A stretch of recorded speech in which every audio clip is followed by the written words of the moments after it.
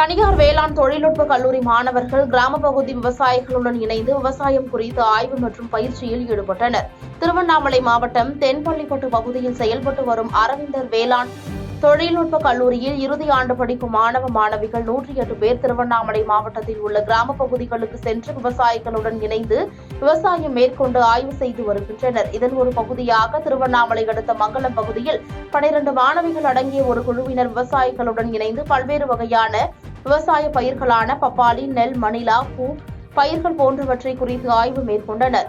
மேலும் களை பறித்தல், பயிர்களுக்கு மருந்து அடித்தல், நடவு பணி, மண் வளம், நீர் சேமிப்பு உள்ளிட்டவற்றை பற்றி பயிற்சி மேற்கொண்டு ஆய்வு செய்தனர். கிராமத்தில் 60 நாட்களுக்கு தங்கி விளைச்சல் குறித்து ஆய்வு செய்தல், அதிக மகசூல் பெறுவது குறித்து விவசாயிகளுக்கு ஆலோசனை வழங்குதல் உள்ளிட்ட பல்வேறு பணியில் ஈடுபட உள்ளனர்.